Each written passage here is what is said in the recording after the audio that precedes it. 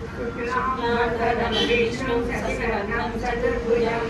प्रसन्नवदनं ध्यायेत् सर्वविघ्नोपशान्तये व्यासं वसिष्ठनप्तारं शक्ते पौत्रमकल्मषं पराशरात्मजं वन्दे सुखदातं तपोनिधिं व्यासाय विष्णुरूपाय व्यासरूपाय विष्णवे नमो वै ब्रह्मनिधये वासिष्ठाय नमो नमः अविकाराय शुद्धाय नित्याय परमात्मने सदैकरूपरूपाय विष्णवे सर्वविष्णवे यस्य स्मरणमात्रेण जन्मसंसारबन्धनात् विमुच्यते नमस्तस्मै विष्णवे प्रभविष्णवे ॐ नमो विष्णवे प्रभविष्णवे श्रीवैशम्पायनमुवाच श्रुत्वा धर्मानशेषेण पावनानि च सर्वशः युधिष्ठिरशान्तनवं पुनरेवाभ्यभाषत युधिष्ठिर उवाच किमेकं दैवतं लोके किं वाप्येकं परायणं सुवन्तः समक्षन्तः प्राप्नुयुर्मानवाशुभं को धर्मः सर्वधर्माणां भवतः परमो मदः किं जगन्मुच्यते जन्तुर्जन्म संसारबन्धनात् श्रीकृष्ण उवाच जगत्प्रभुं देवदेवम् अनन्तं पुरुषोत्तमं सुवर्णामसहस्रेण पुरुषः सततोऽधिकः तमेव चाख्यं नित्यं पत्या पुरुषमव्ययम् ध्यानं सुवर्णमस्तं च यजमानस्यमेव च अनादिविरलं विष्णुं सर्वलोकमहेश्वरं लोकाध्यक्षं सुमन्यत्यं सर्वरूपाणि भोगवे ब्रह्मण्यं सर्वधर्मण्यं लोकानां कीर्तिवर्धनं लोकनाथं महद्भूतं सर्वभूतभवोद्भवम् एषमे सर्वधर्माणां धर्मो निकटमो मदः यद्भक्त्या पुण्डरीकाक्षं स्तवैरर्चेन्नरः परमं यो महत्तेजः परमं यो महत्तमः परमं यो महद्ब्रह्म परमं यत्परायणं पवित्राणां पवित्रं यो मङ्गलानां च मङ्गलं दैवतं देवतानां च भूतानां यो वेत्त्यः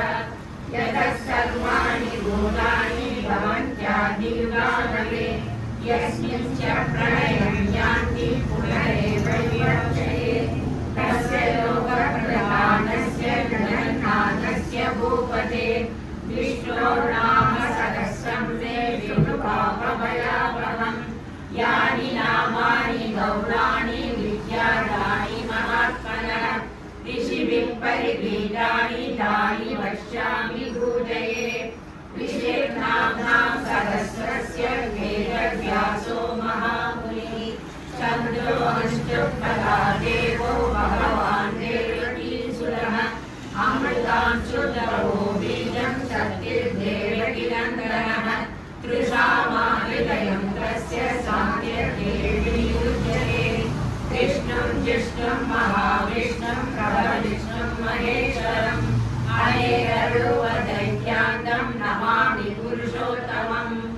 अस्य श्रीविष्णो दिव्यसहस्रनामस्तोत्रमहामन्त्रस्य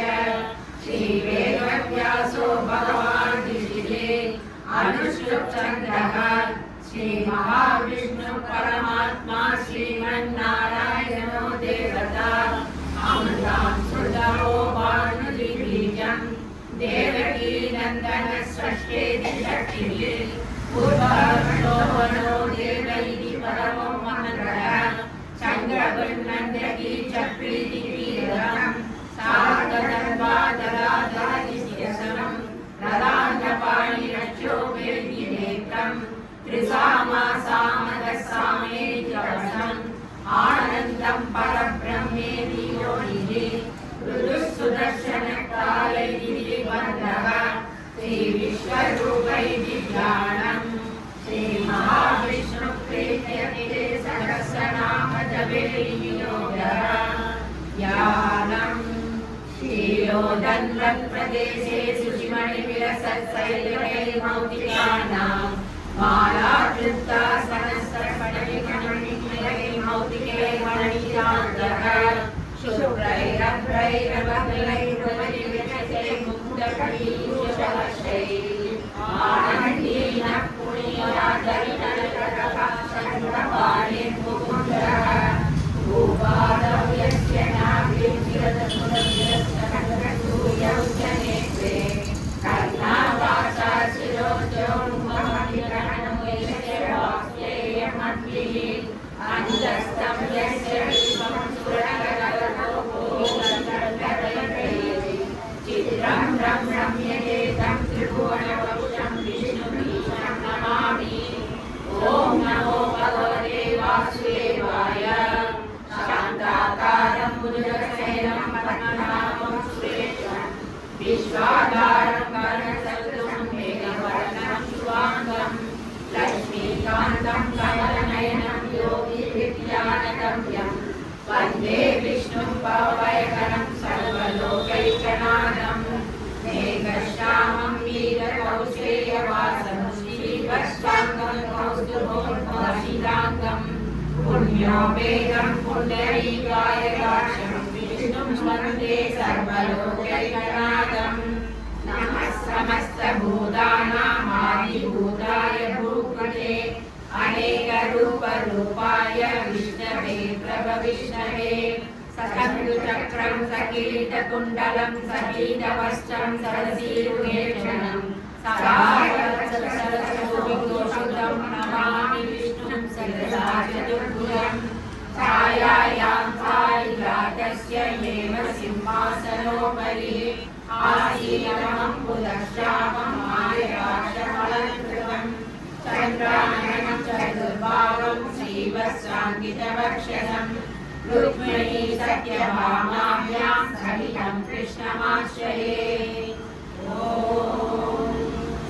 विश्वं विष्णुर्वशत्कारो भूतभव्यवत्सरुः भूतकृद्भूतकृद्भावो भूतात्मा भूतवानः भूतात्मा परमात्मा च मुक्तानां परमागतिः अव्ययः पुरुषः साक्षी क्षेत्रज्ञोऽक्षर एव च योगो योगविदामेता प्रधानः पुरुषेश्वरः नारसिंहबहुः श्रीमान् केशवः पुरुषोत्तमः सर्वशिवस्ताणो भूतादिर्निर्यः सम्भवो वामनो भक्तः प्रभवः प्रभुरीश्वरः स्वयंभू शम्भुरादित्यः पुष्कराक्षो महाश्रनः अनादिनिधनो दाता विधाता धातुरुत्तमः अप्रमेयो ऋषिकेशः पद्मनाभो वरप्रभुः विश्वकर्मा मनुस्रष्टा सविष्णुः अग्राह्यः शाश्वतः कृष्णो लोकिताक्षप्रदर्शनः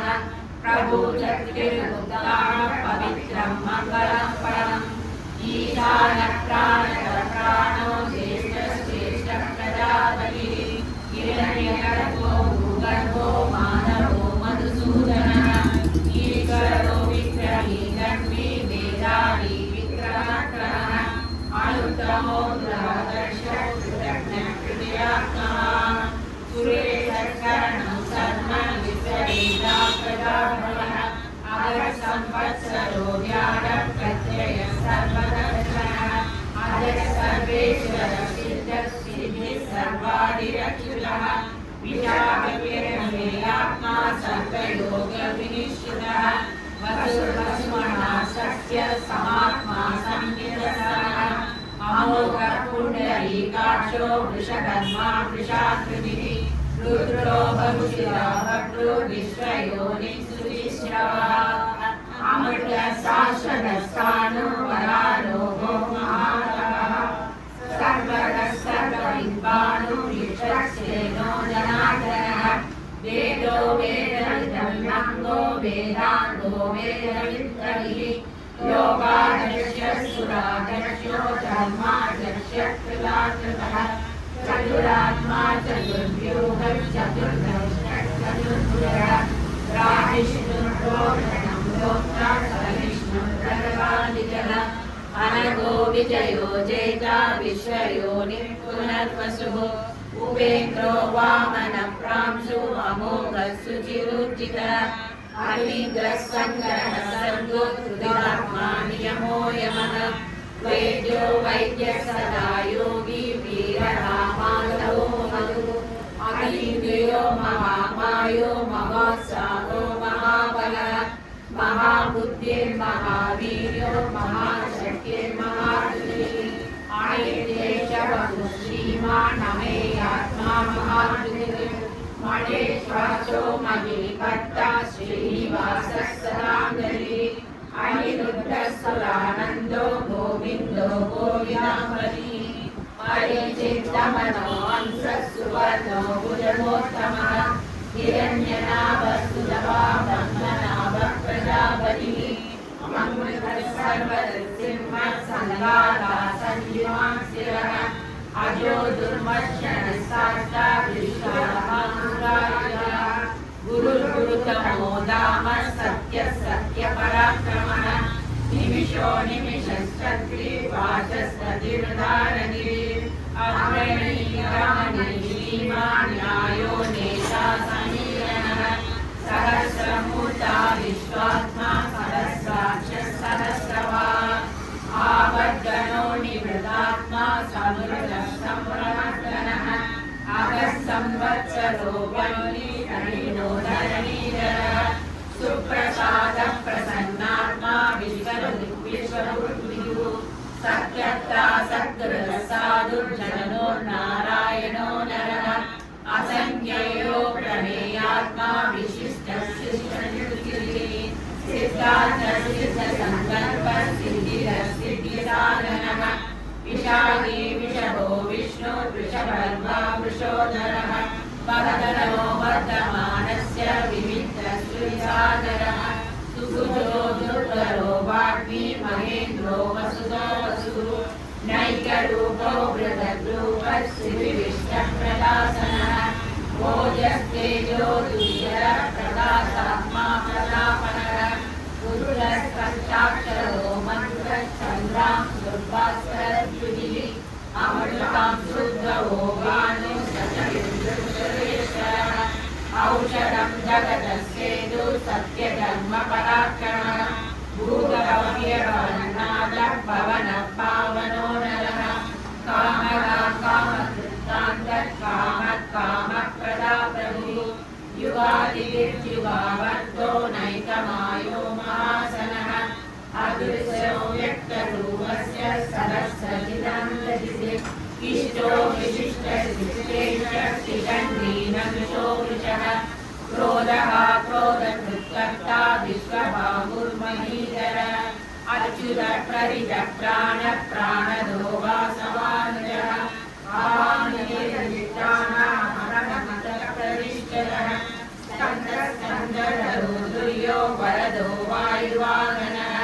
वासुदेवो बृहद्वादो आदिदेवो प्रणतरः अशोकस्ताननस्तारः शूरः सौर्यजनेश्वरः अनुकूलस्तथा पद्मी पद्मनिवेशनः पद्मनाभो रविन्द्राक्षः पद्मगर्भशरीरः महर्षिर्वृद्धो वृद्धात्मा महाक्षो गरुडध्वजः अरुलक्षरभो भीमः समयज्ञो हरिहरिः सर्वलक्षणलक्षज्ञो लक्ष्मीवान् समितिञ्जयः विक्षरो रोहितो माधो वेदो दामोदरः सः महीधरो महाभागो वेदमानविलासः उद्भवशोभनो देवः श्रीगर्भपरमेश्वरः कारणं कारणं कर्ता विगता गहनो गुणः व्यवसायो व्यवस्थानः संस्कारस्थानरोधः परमश्रेष्ठः रामो विरामो विरतो माधवो रेयो नयो नयः कीरशक्तिमनां श्रेष्ठो धर्मो धर्मविरुत्तमः वैकुण्ठः पुरुषः प्राणः प्राणदः प्रणवः प्रभुः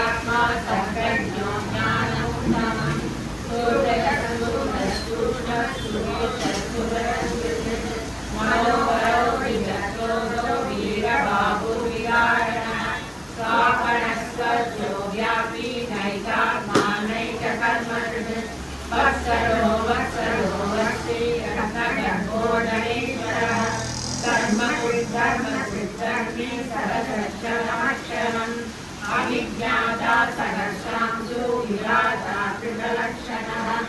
अवस्थिनेमि सर्वस्य सिंहो भूतमहेश्वरः आदिदेवो महादेवो देवेशो देवदुर्गुरु उत्तरो गोपतिर्गोप्ता ज्ञानगम्यपुराणः शरीरभूतमृद्गोप्ता कविगुरो भूरिलक्ष्मणः सोमो पुरस्सोमः पुरुषोत्तमः विनयो जयसत्यसंयो दातां पतिः जीवो विनयदासाक्षी मुकुन्दो विजयविक्रमः अङ्गो निधिरनन्द्रात्मा महोषविजयोन्दकः अजो महाश्रष्टापाव्यो श्रीरामित्रप्रमोदनः आनन्दो नन्दनो नन्दः सत्यधर्मं विविक्रमः महर्षि कपिलाचार्य कृतज्ञो मेदिनीपतिः कृपरस्थिरसाग्रलो महाशृङ्गकृताग्रः महाराहो गोविन्दः सुषेण कनकाङ्गलिः तुल्यो गवीरो गमनो पुत्रशक्रधराधरः वेदासाङ्गो कृष्णो दृढसङ्घर्षणोच्युतः वनो वारणो वृक्षपुष्कराक्षो महामनः भगवान् भगवानन्दी वनमाली हलायुधः आदित्यो ज्योतिरादित्यः सहिष्णुर्जनिसत्तमः सुगन्धाखण्डहरसुर्तारुणो निरनिरप्रदः दिवस्मृत्सर्वसुत्रासो वाचस्पतिरयोनिजः कृसामासामरसामदेवानं वेशलं विशत् सन्न्यासयक्षमस्तासो निष्ठा शान्तिमनायनः शुभाकर्षाणि यच्छन्तं पुनः गोविन्दो गोपति गोप्ता वृषभाक्षो वृषप्रियः अनिरुद्धे निवृतात्मा संक्षेप्ता क्षेमचक्षिरः श्रीवत्सवक्ष श्रीवास श्रीहरि श्रीरामरः श्रीधर श्रीधर श्रीनिवास श्रीनिधि श्रीनिवाहनः श्रीधर श्रीधर श्रेय श्रीमान् लोकत्रयाश्रयः सत्यसङ्कल्पदानन्दो नन्दिर्यो निर्गणेश्वरः विधिरात्मा विधेयात्मा सन्कीर्तिर्चिन्नसंशयः उदीर्णसागरस्थिरः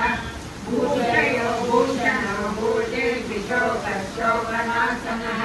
अहिष्मानाक्षितकुम्भो विशुद्धात्मा विशोधनः अनिरुद्धो प्रतिरथः प्रत्यम्यो विलक्ष्यः कालनेमि भावेय गौरी सूरगणेश्वरः त्रिलोकात्मा त्रिलोकेशः केशवकेशिहारी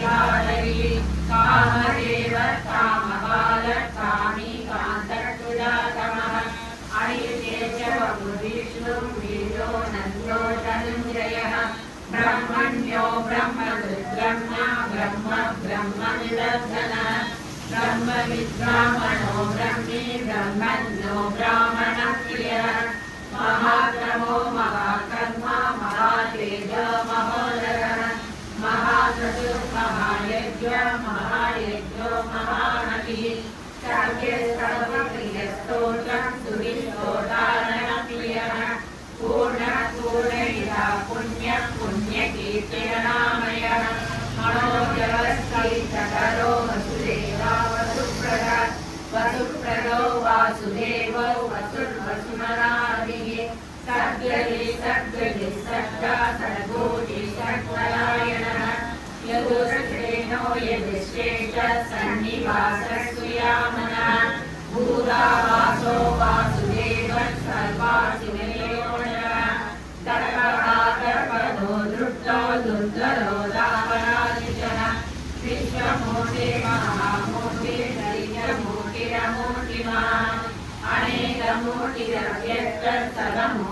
सदानः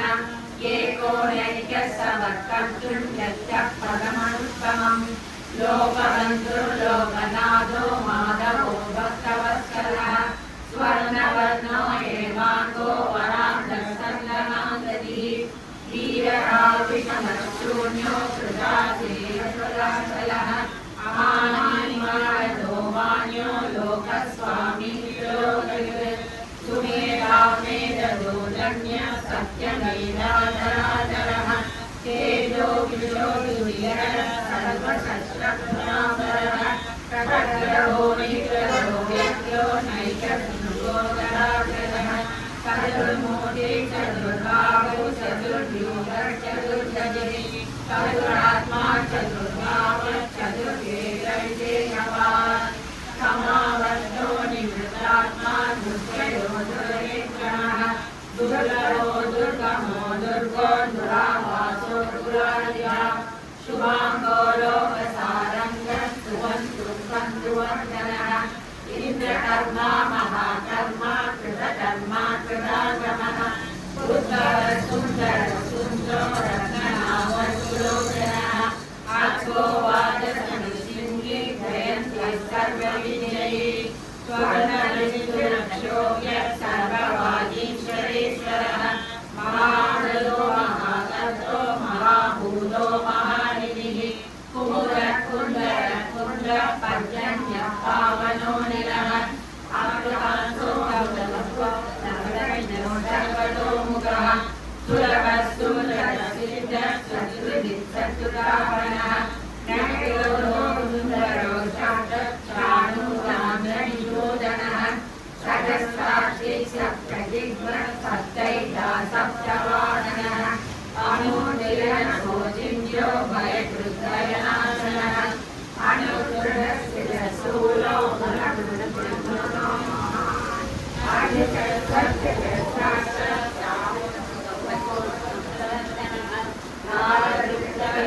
योगी योगी सर्वकामदः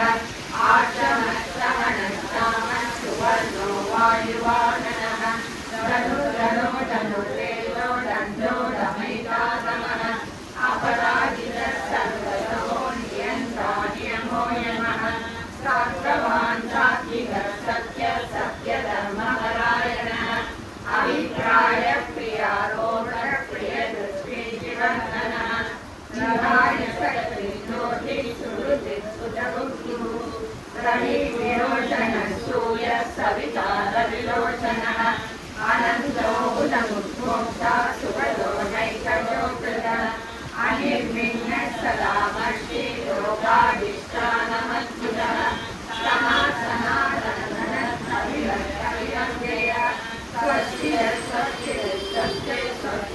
स्वस्तिदक्षिणः आरोदरो शक्ति विक्रम्यो गिरसाधनः सप्ताधिकः सप्तसहस्रिः सर्वलीकरः अक्रूरवेशलो दक्षो दक्षिणः करुणामरः विद्वत्तमो गीतमयः पुण्यश्रवणकीर्तनः उद्धारणो दुष्कृतिः पुण्यो दुःस्वप्ननाशनः वीररालक्षणः सन्तो जीवनः पर्यवस्थितः अनन्तरूपोऽनन्तश्रीगीतान्यभयापः चतुरश्लोकधीरात्मा विदिशो व्याधिशो ईशः अनादिगुरुभो लक्ष्मी सुधीरो ऋषिणाङ्गलः जननो जनजन्मादिर्भीमो भीमपराक्रमः आधारनिलयो दाता पुरमहासप्रदागरः पूर्वरसप्तदाचारः प्राणदः प्राणप्रणः प्राणं प्राणनिलयः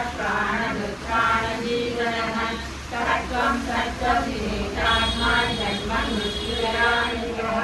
भूर्भुवस्सप्तसहस्रारः सविता प्रवितामः यज्ञो यज्ञपदे यज्ञ यज्ञाङ्गो यज्ञवाहनः यज्ञकृत्यज्ञकृत्यज्ञी यज्ञभुत्यज्ञसाधनः यज्ञाङ्गकृत्यज्ञभुत्यमनमन्नादयेव च आत्मयोनिः स्वयं जातो वैकानः सामगायनः शङ्खचक्रगदाशनः चन्द्रबिन्दन्यकी चक्री चाणचन्द्राचराचरः रमाणि रक्षोभ्य सर्वप्रहरणायुधः सर्वप्रहरणायुधो नमः वनमाली गरी शान्ति सङ्गी चक्री चनन्दकी श्रीमन्नारायणो विष्णु वासुदेवो विरक्षतु वनमाली गरी शान्ति सङ्गी चक्री चनन्दकी श्रीमन्नारायणो विष्णु वासुदेवो विरक्षतु वनमाली गरी शान्ति सङ्गी चक्री चनन्दकी श्रीमन्नारायणो विष्णु वासुदेवो विरक्षतु वासुदेवो विरक्षतु नमः कीर्तनीयस्य केशवस्य महात्मनः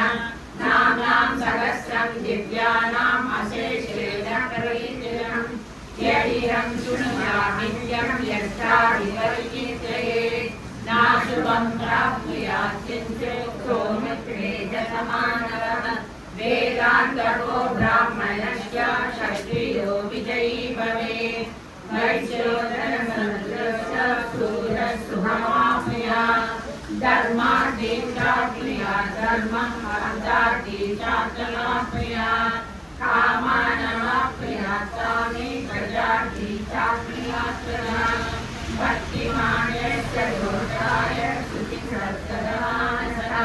सहस्रं वासुदेवस्य नामामेतत् प्रकीर्तयेत् यशङ्गानुमोदिगुणं यावि प्राधान्यमेव च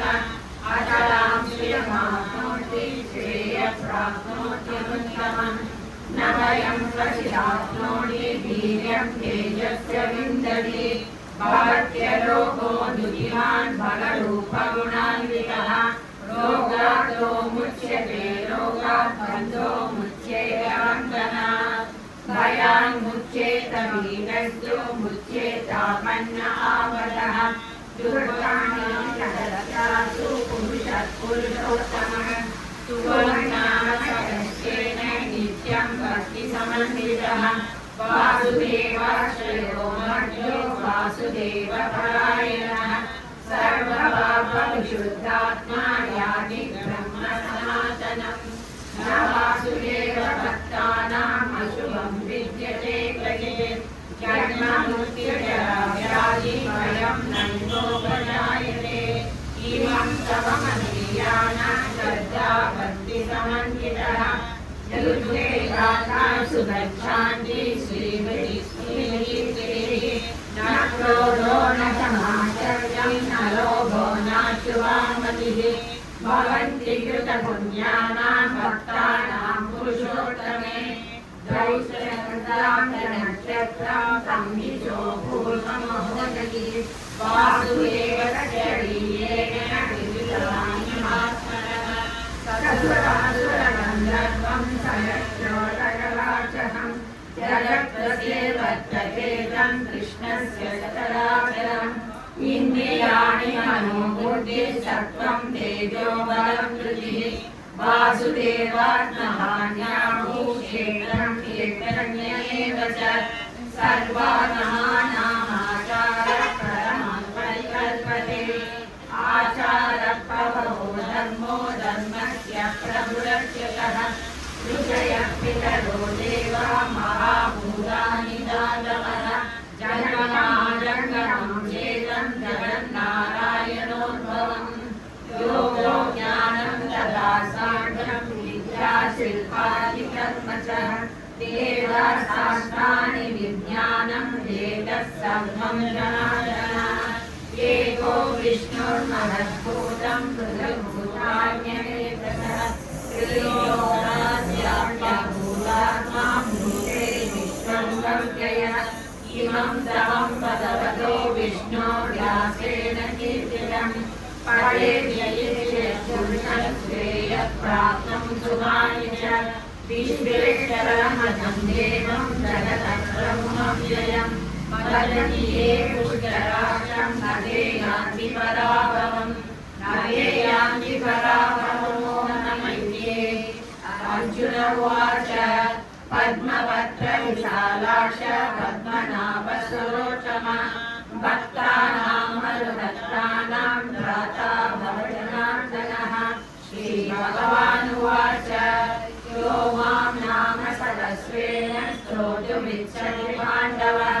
सोऽहमेकेन श्लोकेन सुर एव न संशयः सुर एव न संशयो नमैके। व्यासोवाच वासनात् वासुदेवस्य वासितं गुणत्रयम् सर्वभूतनिवासोऽसि वासुदेव नमोऽस्तुते वासुदेव नमोऽस्तुते ॐ नमैके। पार्वती उवाच केनोपायेन लघुना विष्णो नाम सहस्रनामं पठ्यते नित्यं श्रोतुमिच्छाम्यहं प्रभो। ईश्वर उवाच श्रीराम राम रामेति रमे रामे मनोरमे सहस्रनाम तत्तुल्यं राम नाम वरानने। श्रीराम राम रामेति रमे रामे मनोरमे सहस्रनाम तत्तुल्यं राम नाम वरानने। श्रीराम राम रामेति रमे रामे मनोरमे सहस्रनाम तत्तुल्यं राम नाम वरानने। राम नाम वरानने ॐ नमैके। ब्रह्मोवाच नमोऽस्तु भगवन्ताय सहस्रमूर्तये सहस्रपादाश्रीशिरोर्भावये सहस्रनामे पुरुषाय शाश्वते सहस्रकोटियुगधारिणे नमः। सहस्रकोटियुगधारिणे नमो नमैके। सञ्जय उवाच यत्र योगेश्वर कृष्णो यत्र पार्थो धनुर्धरः तत्र श्रीविजयो भूतिर्भुवानिर्नमः। श्रीभगवानुवाच अनन्याश्चिन्तयन्तो मां ये जना परिभासते तेषां निष्ठाभियुक्तानां योगक्षेमं वहाम्यहम्। परित्राणाय साधूनां विनाशाय च दुष्कृतां धर्मसंस्थापनार्थाय सम्भवामि युगे। आता विषण्णा शिथिला च पीता वर्तमाना नारायण सप्तमात्रं विष्णुभवन्तु। कायेन वाचा मनसेन्द्रियैर्वा बुद्ध्यात्मना वा प्रकृते स्वभावात् करोमि यत् सकलं परस्मै नारायणायेति समर्पयामि। नमस्तेस्तु महामाये श्रीपीठे सुरपूजिते शङ्खचक्रगदाहस्ते महालक्ष्मी नमोऽस्तुते। नमस्ते करुणारूढे दोलासुरभयङ्करी सर्वपापहरे देवी महालक्ष्मी नमोऽस्तुते। सर्वज्ञे सर्ववरदे सर्वदुःखभयङ्करी सर्वदुःखहरे देवी महालक्ष्मी नमोऽस्तुते। सिद्धिबुद्धिप्रदे देवी भुक्तिमुक्तिप्रदायिनी मन्त्रमुखे सदा देवी महालक्ष्मी नमोऽस्तुते। आद्यन्तरहिते देवी आदिशक्तिमहेश्वरी योगज्ञे योगसम्पूर्णे महालक्ष्मी नमोऽस्तुते। स्थूलसूक्ष्ममहारौद्रे महाशक्तिमहोदये महापापहरे देवी महालक्ष्मी नमोऽस्तुते। पद्मासनस्थिते देवी परब्रह्मस्वरूपिणी परमेशी जगन्माता महालक्ष्मी नमोऽस्तुते। श्वेताम्बरधरे देवी नानालङ्कारभूषिते जगस्थिते जगन्माता महालक्ष्मी नमोऽस्तुते। महालक्ष्म्यष्टकं स्तोत्रं यः पठेत् भक्तिमान् नरः सर्वसिद्धिमवाप्नोति राज्यं प्राप्नोति सर्वदा। एककालं पठेत् नित्यं महापापविनाशनम् त्रिकालं यः पठेत् नित्यं धनधान्यसमन्वितः